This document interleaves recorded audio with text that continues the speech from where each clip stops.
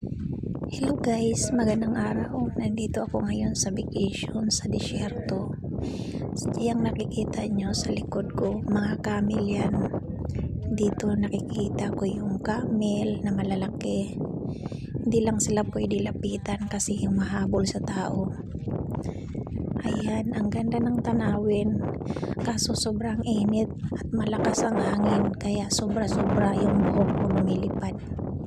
Pagpasensyahan mo na yung buhok ko lumilipad.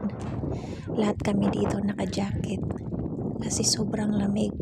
Kahit tirik ang araw, sobrang lamig niya. Pero enjoy naman, sulitin natin kasi minsan lang naman to mangyayari sa buhay natin na magbabakasyon. Pero kakayanin yung lamig kasi 3 hours lang kami dito. Maya-maya magsiuwian na din kami.